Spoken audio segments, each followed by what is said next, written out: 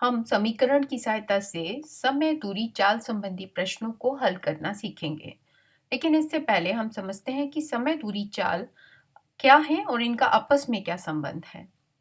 ए और बी हम देख पा रहे हैं, दोनों के बीच कितनी दूरी है? 100 किलोमीटर। यानी कि कोई भी दो चीजें आपस में कितना दूर हैं, इस चीज को हम दूरी यानी कि डिस्टेंस कहते हैं। अब ए से बी तक मान लीजिए कि यश को ए से बी तक जाने में ए से बी यानी कि कितनी दूरी? 100 किलोमीटर। 100 किलोमीटर चलने में कितना समय लग रहा है? 4 घंटे का समय लग रहा है। तो इस चीज को हम किस तरह लिख सकते हैं? 4 दूनी 8, 4 पंजे 20, यानी कि 25 किलोमीटर प्रति घंटा, जो क्या बता पा रहा है कि यश 1 घंटे में 25 किलोमीटर चल पा रहा है। जबकि हर्ष के लिए यदि हम देखें कि वो यही दूरी यानी कि 100 किलोमीटर की दूरी मान लीजिए उसे चलने में 5 घंटे लगा रहा है। तो हर्ष एक तरीके से क्या क्या कर रहा है कि वो 20 किलोमीटर प्रति घंटा यानी कि वो 1 घंटे में केवल 20 किलोमीटर चल पा रहा है। तो हम यहाँ से देख पा रहे हैं कि यश तो 1 घंटे में 25 किलोमीटर चल पा रहा है, जबकि हर्ष उसी 1 घंटे में 20 किलोमीटर चल पा रहा है। तो हम देख पा रहे हैं कि यश तेज चल रहा है। तो यही हम इसी को चाल कहते हैं, यानी कि चाल बराबर चाल, इंग्लिश में इसको हम स्पीड कहते हैं। चाल क्या बताता है कि कोई व्यक्ति कितनी दूरी मतलब डिस्टेंस, और कितने समय में वो उस डिस्टेंस को चल पा रहा है, यानी कि चाल बराबर दूरी बटे समय।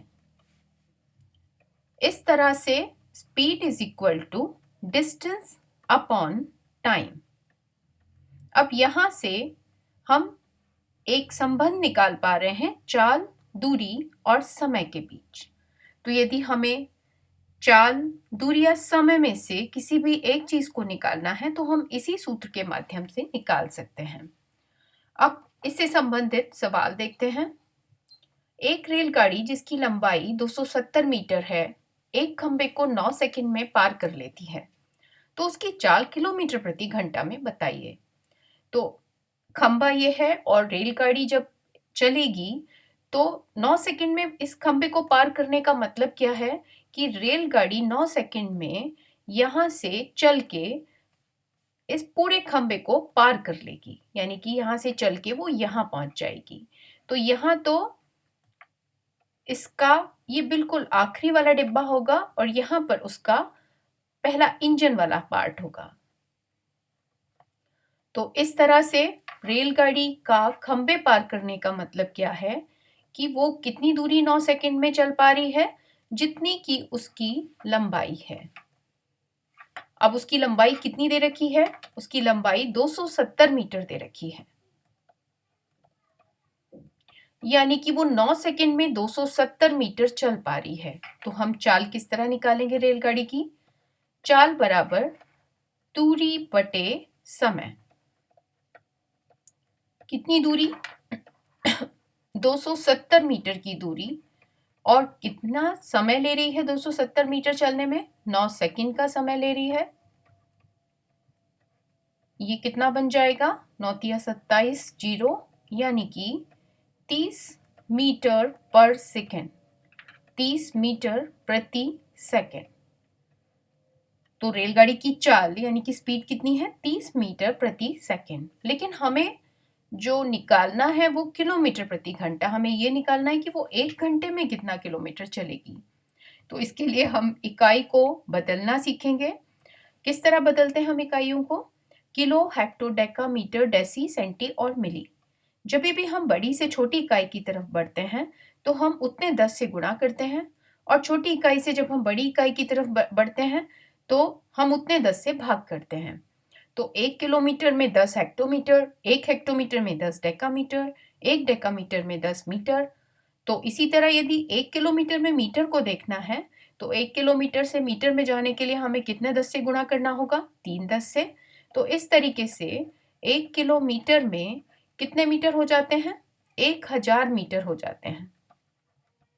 और यदि हमें 1 मीटर से किलोमीटर में बदलना है तो हमें कितने 10 से भाग करना होगा? 3 10 से भाग करना होगा। तो इस तरह से 1 मीटर से, यानी कि हम छोटी यूनिट से जब हम बड़ी यूनिट में बदलेंगे तो हम भाग करेंगे, यानी कि 1 मीटर में 1/1000 किलोमीटर हो जाएगा।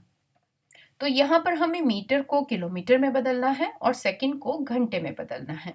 तो इस चीज को हम इस तरह लिख लेते हैं, ये क्या है? 30 मीटर प्रति, मतलब पर सेकंड। तो जब हम मीटर को किलोमीटर में बदलेंगे तो क्या करेंगे? 1 मीटर में 1/1000 किलोमीटर हो जाएगा। तो यहाँ मीटर को किलोमीटर में बदल दिया, 1000 से यहाँ भाग करना होगा हमें, तो ये बन जाएगा 1/1000 किलोमीटर। यानी कि इस तरह से हमने मीटर को किलोमीटर में बदल लिया। अब हमें सेकंड को घंटे में बदलना है। तो हम जानते हैं 1 घंटे में कितने मिनट? 60 मिनट होते हैं और 1 मिनट में 60 सेकंड होते हैं। तो इस तरह से 1 घंटे में कितने सेकंड हो गए? 60 गुणा 60 सेकंड हो गए। तो जब 1 घंटे में सेकंड कितने हैं? 60 गुणा 60। तो 1 सेकंड में यदि हमें घंटा निकालना है तो वो कितना हो जाएगा? 1/60 गुणा 60, क्योंकि सेकंड छोटी यूनिट है और घंटा बड़ी यूनिट है। तो यहाँ जब हम 1 सेकंड को घंटे में बदलेंगे तो हमें क्या करना होगा? हमें इसी तरह 1/60 गुणा 60 करना होगा। तो इस तरह से सेकंड जो है वो घंटे में बदल गए। अब जब हम इस तरह से इसको हल करेंगे तो हम जानते हैं कि जब हम A/B/C/D को हमें हल करना है तो इस भाग को, यहाँ भी ये भाग है A/B/C/D, यानी कि 3 बार भाग हो रहा है। तो हम इसको किस तरह से करते हैं?